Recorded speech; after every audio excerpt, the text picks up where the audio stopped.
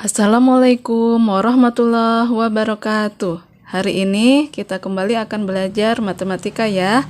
Yang akan kita bahas pada pertemuan kali ini, kita akan belajar tentang menafsirkan data. Masih ada kaitannya dengan data. Sebelumnya kita sudah belajar membaca data dan menyajikan data. Sekarang kita akan belajar menafsirkan data dalam bentuk tabel. Mari kita simak penjelasan Bunda berikut ini. Nah, sekarang kita akan belajar menafsirkan data dalam bentuk tabel.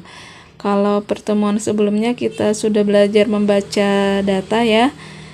Membaca data dan menafsirkan data sangat mirip ya. Tujuannya yaitu agar data yang ditampilkan bisa kita pahami maksudnya. Jadi, membaca data dan menafsirkan data itu kesimpulan dan tujuannya itu sama ya, agar maksud dari data yang kita lihat itu bisa kita tentukan kesimpulannya ya. Di sini ada data nama hewan dan lengkap dengan jumlahnya ya.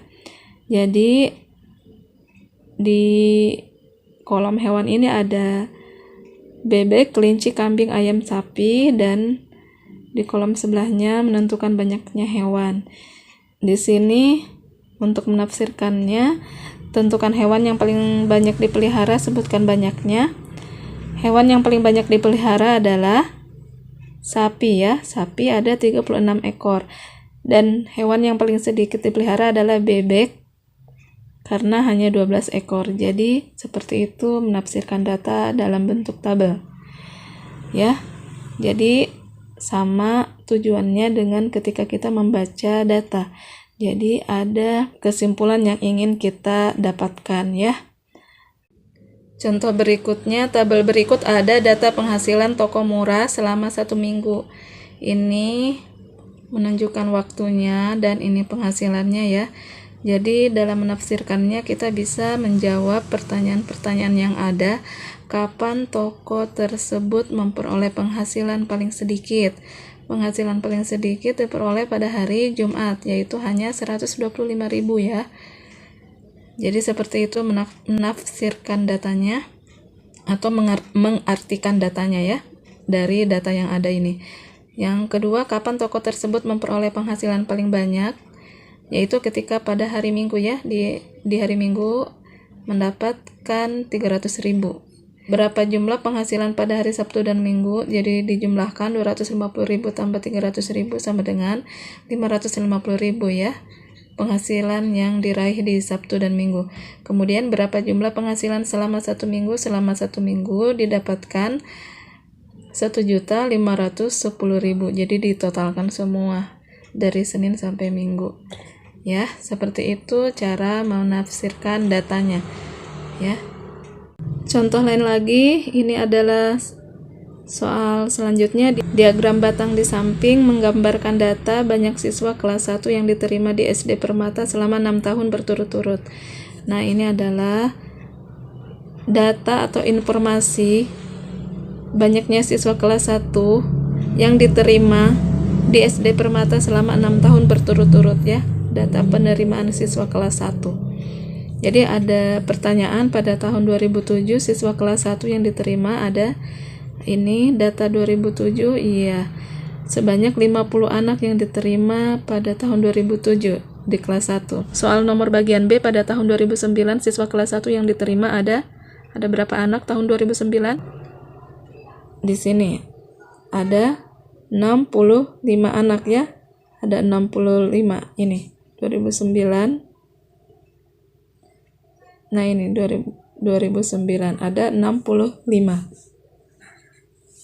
Ada 65 anak. Karena diantaranya ini jedanya adalah 5 ya. Ini ke sini 5. Jadi 60 tambah 5 65 ya. Oke, bagian C. Bagian C pada tahun 2010 siswa kelas 1 yang diterima ada ya siswa kelas 1 pada tahun 2010. Kita lihat datanya 2010 ada 45 ya. Kemudian selisih banyak siswa kelas 1 yang diterima tahun 2008 dengan tahun 2009 selisihnya ya. 2008 60 siswa, 2009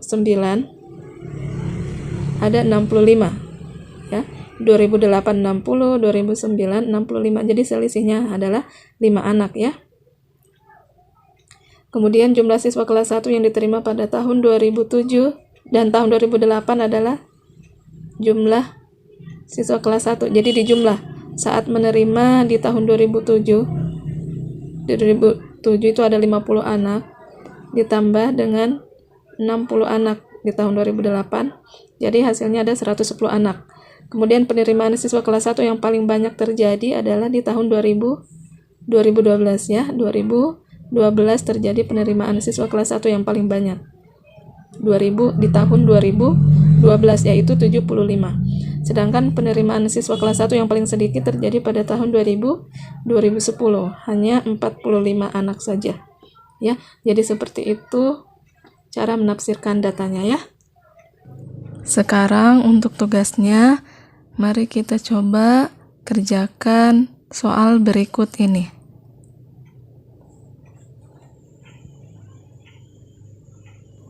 Jangan lupa untuk menuliskan soalnya terlebih dahulu di buku tulis kalian. Baik, sampai di sini dulu pelajaran kita untuk hari ini. Silahkan dikerjakan tugasnya, tetap semangat. Wassalamualaikum warahmatullahi wabarakatuh.